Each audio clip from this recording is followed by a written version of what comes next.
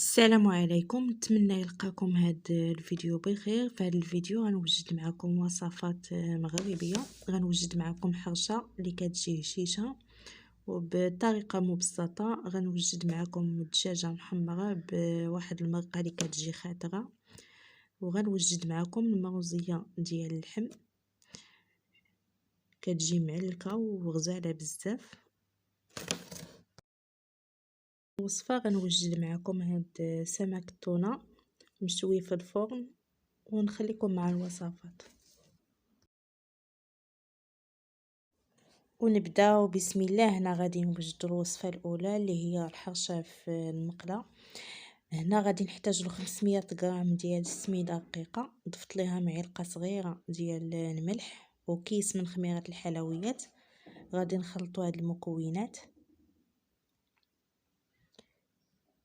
من بعد غادي نضيف نص كاس ديال الزيت مخلطه مع الزبده مذوبه، وغادي نضيف معلقه ديال العسل، ولا يمكن لكم تضيفوا بلاصتها معلقه ديال سنيده. غنخلط هاد المكونات، غادي نخلطوهم هكا بالاطراف ديال الاصابع حتى كتلبس لينا هذيك السميده كامله بالزيت والزبده.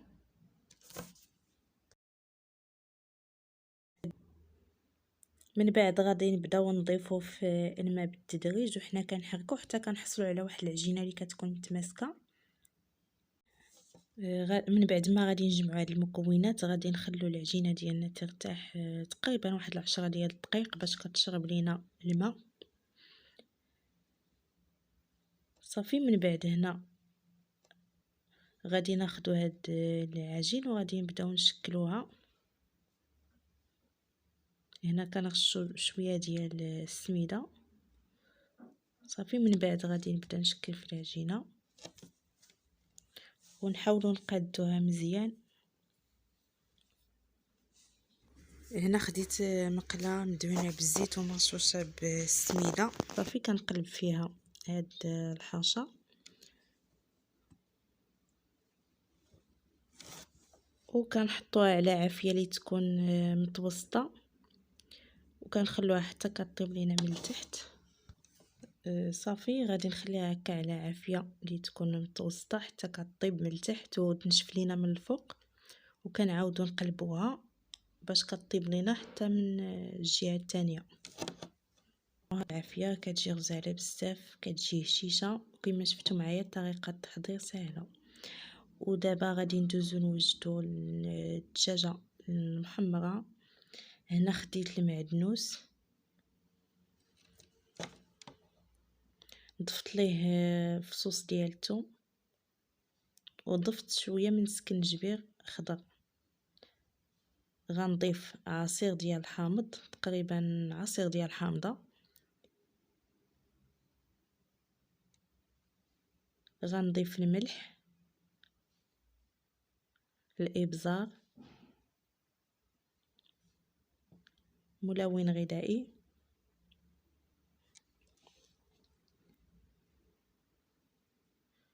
صافي. غادي نطحن هاد المكونات ديالي مزيان صافي. من بعد خديت هنا الدجاجه اللي سبق لي غسلتها مزيان وخليتها حتى تقطرات من الماء مزيان. غادي ندهنها بهاد الشرموله اللي وجدت معكم، كندهنوها من جميع الجوانب ومن الداخل. غندهنها مزيان صافي. من بعد غادي نغطيها وغادي نخليها هكا في الثلاجه. غادي نخليها ليله كامله باش كتشرب ليا مزيان هذيك الشرموله.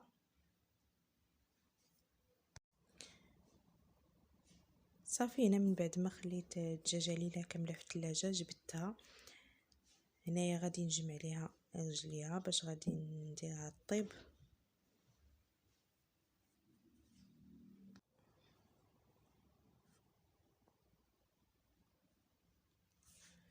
هنا خديت طنجره حطيت فيها الدجاجه. المهم كنحطوها على الصدر ديالها باش كيطيب لينا. من بعد ضفت داكشي اللي بقى عندي ديال الشرموله، وضفت بصله مشلضه تقريبا. هنا ضفت واحد 2 حبات كبار ديال البصله.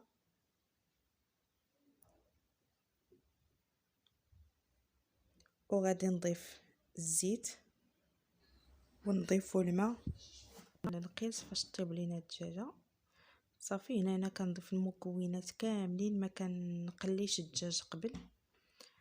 دابا غادي نغطي عليها ونخليها حتى كطيب.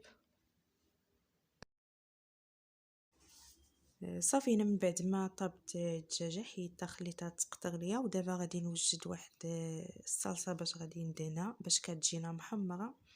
هنا خديت الزبده مع الكيتشاب، غادي نخلطهم مزيان، من بعد غادي ندهن بهم الدجاجه وغادي ندخلها للفران باش كتحمر. وهنايا باش تجيكم المرقه خضراء، انا خديت شويه من هذيك المرقه اللي بقات عندي من بعد ما حيدت الدجاجه، ضفت ليها واحد المعلقه ديال المايزينا وغادي نخلطها مزيان. من بعد غادي نضيف هاد الخليط المرقه اللي بقات عندي في الطنجره وغادي نخلط حتى كتعقد. من بعد غادي نضيف هكا الزيتون،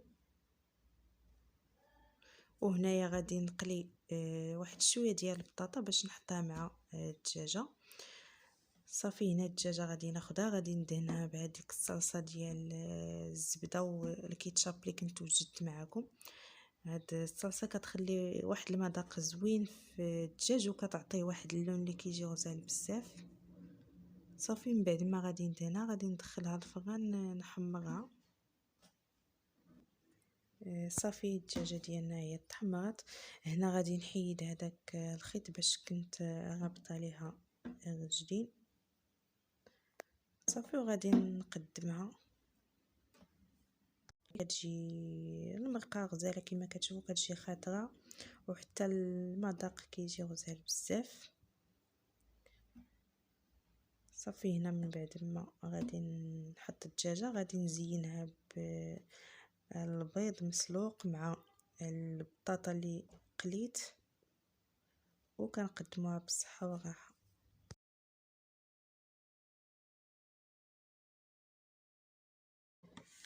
دابا غادي نحضر معكم المغوزيه ديال اللحم.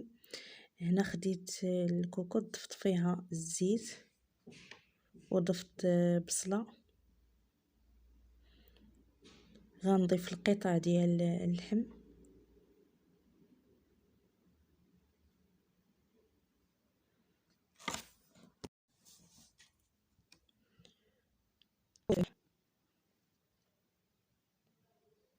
الابزار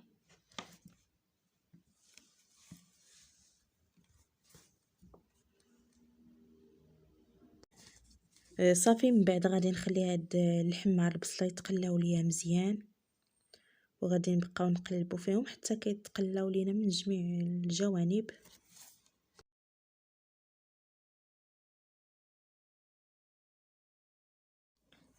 من بعد غادي نضيف سكنجبير بودره، ما نكثروش منه باش ما تجيناش المرقه حاره بزاف. غنضيف واحد شويه ديال القرفه، غنضيف الخرقوم بلدي،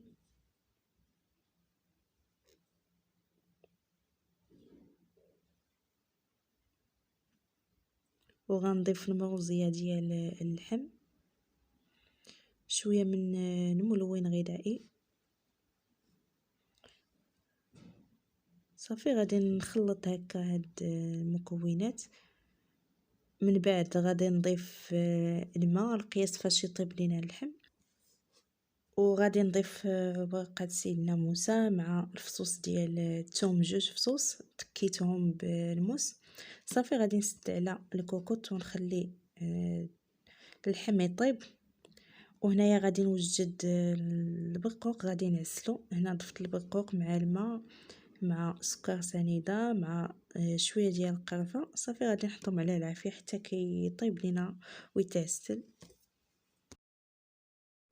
وهنايا صافي اللحم راه واجد طاب، كما كتشوفوا المرقه راه خضراء واللحم كيجي معلق. غادي نحطو في طبق التقديم ونزينو بالبرقوق اللي معسل اللي وجدته ونقدموه.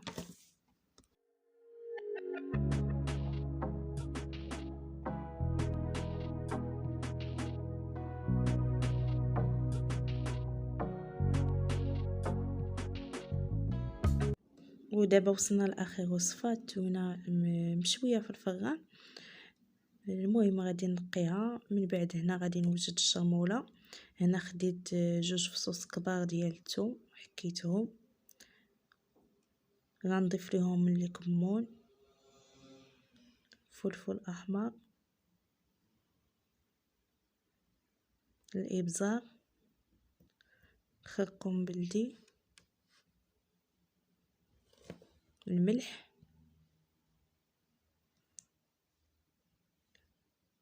هنا عندي قزبور مع المعدنوس مقطعين. غنضيف لهم عصير ديال الحامضه، وغنضيف زيت الزيتون. غنخلط هاد المكونات مزيان.